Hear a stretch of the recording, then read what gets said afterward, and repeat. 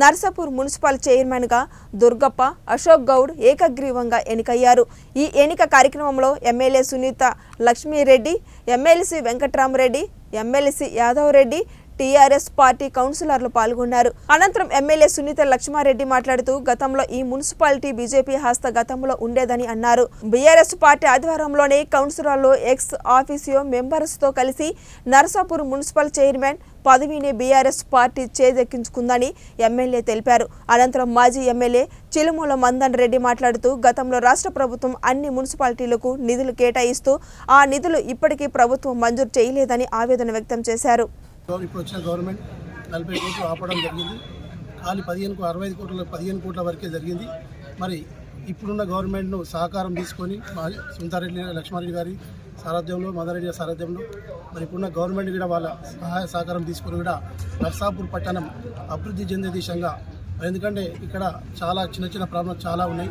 మరి యువతకైతే క్రీడా మైదానాలు కానీ మరి ఇప్పుడున్న చాలా ఇబ్బందులను కూడా మరి ఇక్కడున్న నర్సాపూర్లో ఉన్న వసతులు కూడా ఏవైతే ఇబ్బందులు ఉన్నాయో మరి అవన్నీ ఒక 15 రోజుల్లో అవన్నీ గుర్తించి మరి ఎప్పటికప్పుడు మరి అవి శాయశక్తుల మరి అవన్నీ అమలు చేసేందుకు మరి మా కౌన్సిలర్తో కలిసి వైస్ చైర్మన్తో కలిసి మరి అవన్నీ కృషి చేసేందుకు మరి దీన్ని ప్రణాళిక రూపొందిస్తాం.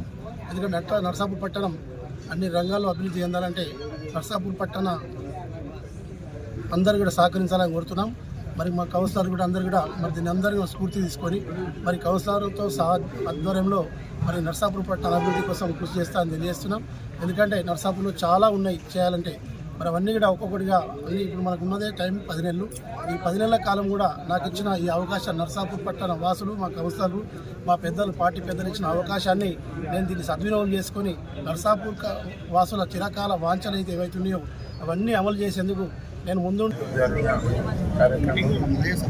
ఎవరైతే పార్టీకి ద్రోహం చేసుకుందో వారికి చెప్పడానికి ఈ కార్యక్రమాన్ని తీసుకుని మా కౌన్సిలర్స్ అందరూ కూడా ఒక ఏకతాటిపై నిలబడి ఇవాళ చైర్మన్ అశోక్ గారిని ఎన్నుకోవడం జరిగింది. మరి ఎమ్మెల్యే గారి ఆధ్వర్యంలో వారి పర్యవేక్షణలో మరి పార్టీ అధిష్టానం పెట్టినందుకు లిస్టు కూడా జారీ చేసి ప్రతి ఒక్కరికి మరి ఇక్కడ అశోక్ గౌడ్ గారిని చైర్మన్ చేయడం జరిగింది. చాలా సంతోషం. తప్పకుండా అశోక్ గారి ఆధ్వర్యంలో మున్సిపాలిటీని కూడా అభివృద్ధి పథంలో పోయేందుకు ఎమ్మెల్యే గారు మేము అందరం కూడా సహకరించి బ్రహ్మాండంగా అభివృద్ధి చేసేందుకు మేము పాటుపడతాం.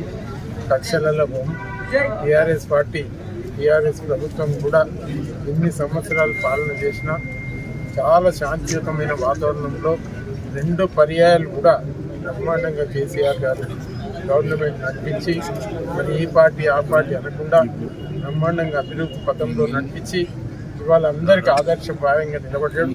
ఇప్పుడు కూడా మున్సిపాలిటీని ఆదర్శప్రాయంగా నిలబెడతాం. దురదృష్టవశాత్తు మరి ఇవాళ కాంగ్రెస్ ప్రభుత్వం రావడం మరి 40 కోట్ల రూపాయలను నిధులు ఏవైతే శాంక్షన్ అయినాయో అవి అన్నిటిని ఆపడం చాలా బాధాకరంగా ఉన్నది. ఏ విధంగానైనా అవి సాధించుకుంటాం.